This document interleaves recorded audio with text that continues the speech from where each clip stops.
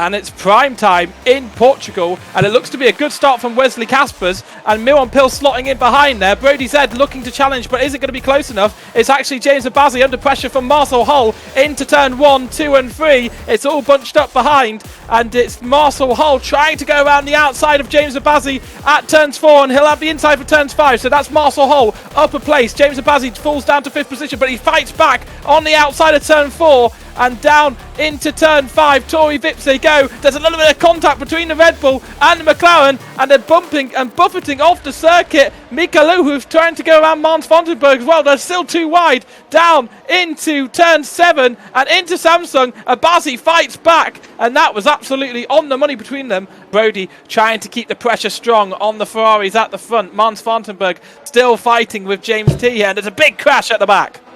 And not having to burn too much ERS as well, so that's good for him. Wesley Caspers sets the fastest lap big crash! of the Grand Prix. Big crash at the back.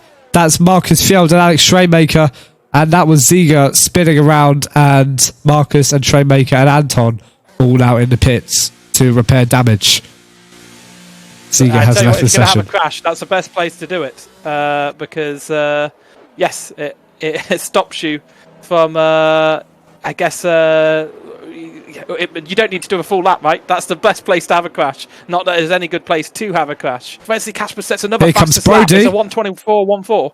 And Brody looking to close down on the inside of Miron Pill does slot into 2nd position. So his race pace is strong here, and a 24.62 from Wesley Casper. So nearly 5 tenths a lap faster. We can certainly see an overtake this lap. Axel Lergestam is battling with Mika Luhuf, and up into 6th position goes Axel there. So that is good battling from the Haas driver. Brody Zed is looking to put pressure on Wesley Caspers into turn 1. There's maybe a bit of contact. That forces Wesley Caspers wide. He comes back onto the track. They're too wide through turn 3, and that will be the inside for turn 4 for Wesley Caspers. He'll hold that line all the way through. Whoa. And there's maybe more contact between them, and I think there was contact. Brody does take that position overall. Wesley Caspers trying to keep a nose in where I don't think a nose was going to fit, and James Taylor does have DRS on him, so that helps him defend. John Manning will also find this. And Wesley Caspers down the inside of Brody Zed. Sorry to cut you off there, but that move looked like it was coming for a few moments there. But Brody Zed has the inside, but he won't have DRS as Wesley Caspers now is going to go side by side, deploying his DRS to try and get a better top speed here.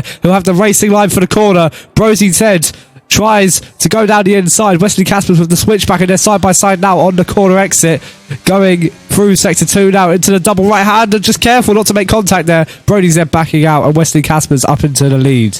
And Brody maybe just suffering a bit with traction on those tyres, and he could get pinched by Miron. Who has a run down into turns 5 and looks up the inside. Now there should be better traction on the exit here. Miron Pill leaving only as much space as required. Brody Zed could get robbed on the outside at turn 7. Again, 2 corners, 2 laps in a row, but Miron Pill does go off the track, so maybe he'll be only obliged to actually give that one back, but he does keep his foot in up the inside, and they're still too wide as he go up through Craig Jones and through Portimao, but Miron Pill, I think, will have to give that one back because he did go well off the track, but he may claim that he was pushed off. Yeah, I was going to say he's not helping. Back, he lunged again, but he doesn't want to lose contact to his teammate. This is what this is, and he certainly could be within the sniff on this lap. 3.5 tenths is a gap, and Brody comes into the pits. So he recognises the danger, gets the car slowed down to 80 kilometers an hour, and comes into the pit lane. This will be for a set of hard tyres down into turn 5. He does not want to get stuck behind the AlphaTauri driver here, and it is a fastest lap of all, a 1:19.654. That may be a bit of a wake-up call for those Ferrari drivers that the undercut is certainly possible. And hold your horses, because Marcel Hull has just made a move up into P3. A nice clean move on the McLaren of James Abazi there. That one was coming for a few laps. 3.1 seconds is the gap, so he's made about a second up through that, and Marcel Hull is battling with James Abazi. Abazi trying to get back at the Red Bull driver who overtaken him a few laps ago. He didn't get by, but Brody Zed is actually quite far off Wesley Caspers here. But remember, those mediums are not going to be warmed up, so Brody may have a chance and a whiff of attacking into Tory Vips. Actually, Miron Pill already defending here, and maybe going to be under pressure into this corner. He's already taking that defensive line. Brody will try and go around the outside here at turn 5 and go for a little switcheroo, and actually Miron Pill doing some very, very good defending, putting his car exactly where he needs to maintain position. But Brody is going to try and go around the outside at turn 7, and turn 8 he goes up the inside of turn 8. So they are switch backing through each other, and it will be so difficult for Brody to overtake, but he will finally have the inside of a corner at entry, and he has the move done at turns 10 and 11. Just and, about. I think, oh no, Miron's still battling back up into turns 12 and 13 here, and yeah, oh wow, okay, so Brody does get by, but you expect Miron to come cruising by here with that DRS on this lap. Both cars running low on EOS, and Miron Pill will have DRS down the main start-finish straight here and have the move done into turn 1, you'd have to expect. Yeah, recharge at Portimao is not very good, to say the least. Once you've spent your ERS, you definitely have to spend quite a few laps trying to charge it back, and more than that at most tracks. So yeah, the Ferrari getting back into P2. Leaving the pits as well. And I think Abazi's done the overcut on Marcel Hole. Yeah, that's worked nicely. But Marcel Hole, again, will have those warmer tyres, and they are going to be battling into turn 3. Marcel Hole looks to throw it up the inside, and he doesn't. He gets the place, I think, very, very simply. So he maybe got the undercut on track, but Abazi not able to keep that position because of the temperature of the tyres coming out the pits. Just kind of quieted down. James Abazi has disconnected from the session. So this is Mika Luoff's chance to maybe get an overtake here, as the AI is significantly lower than these drivers' pace round here. And this is going to be a very free move. He's going to go into the pit lane. Well, I don't want... James Abazi's been shafted here. Well for Mika. He has absolutely been shafted. I don't know why Abazi's car is coming into the pits again. No.